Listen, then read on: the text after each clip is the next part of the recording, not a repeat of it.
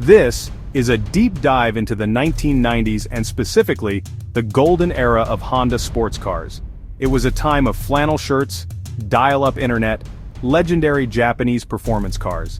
Today, we'll look back at the cars that defined a generation, the ones that plastered bedroom walls and fueled countless daydreams. These aren't just cars, they're cultural touchstones. Get ready for a nostalgia-fueled countdown. Alright, let's begin with the undisputed king, the Halo car, the machine that completely redefined what a supercar could be. This is the Honda NSX. Before the NSX debuted in 1990, the supercar world was dominated by temperamental, difficult to drive, and often unreliable Italian and German machines. Honda saw this and said, "We can do better." They set out to build a car with the performance and exotic looks of a Ferrari, but with the reliability and usability of a Honda Accord. And they absolutely nailed it. Under the rear glass, a mid-mounted 3.0-liter V6, the C30A, Honda's VTEC, revved to 8,000 revolutions per minute and made 270 horsepower.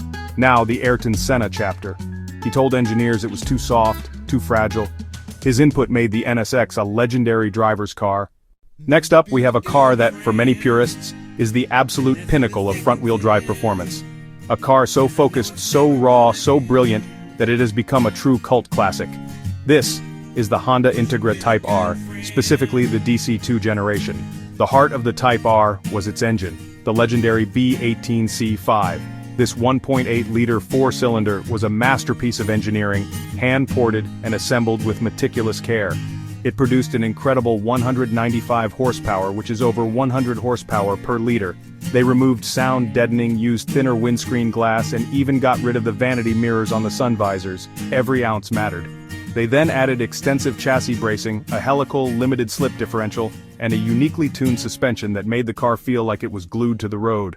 Now we move on to a car that was always a bit of an unsung hero in Honda's lineup. It blended sportiness, comfort, and some seriously advanced technology for its time. This is the fourth-generation Honda Prelude, specifically the SUR model.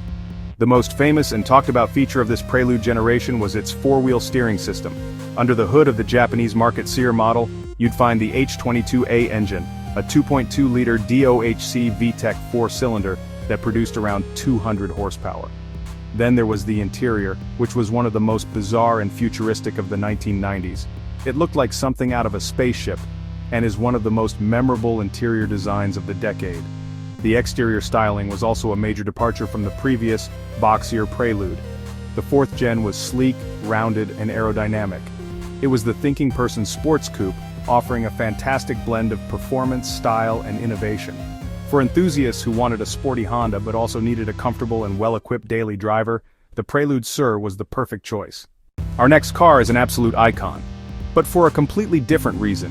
It wasn't the fastest or the most exotic, but it was arguably the most influential. This is the 1999 to 2000 Honda Civic Si Coupe.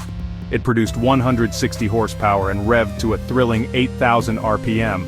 In a lightweight Civic chassis, this engine was an absolute riot. Honda gave it a proper performance makeover: stiffer suspension, firmer dampers, larger anti-roll bars, and four-wheel disc brakes. Visually, the Si was very understated, a true sleeper. The only real giveaways were the subtle Si badge. It was only available in three colors: Electron Blue Pearl, Flamenco Black Pearl, and Milano Red. That Electron Blue has since become iconic. The EM1 Civic Si arrived at the perfect time, igniting the import scene. It was cheap to buy, reliable, and the aftermarket support was massive. For our final car, let's look at something a little different.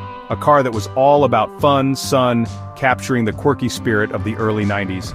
This is the Honda CRX Del Sol. Main party trick, removable roof panel.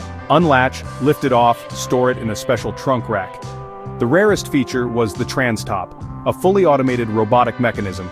In its most potent form in Japan, it used the 1.6L 160 GP B16A DOHC VTEC. This SUR model was genuinely quick. Lightweight chassis plus high-revving VTEC equal sign a blast, especially with the top off on a sunny day. Based on the Civic platform but with its own character, quirky, clever, and in VTEC form surprisingly fast. And there you have it, 5 of the most iconic and memorable Honda sports cars from the 1990s. From the world-beating NSX to the humble yet heroic Civic Si, this was a decade where Honda could seemingly do no wrong. They built cars with incredible engineering, brilliant engines, and a sense of pure driving joy. Of course, this is just my list, so now I want to hear from you.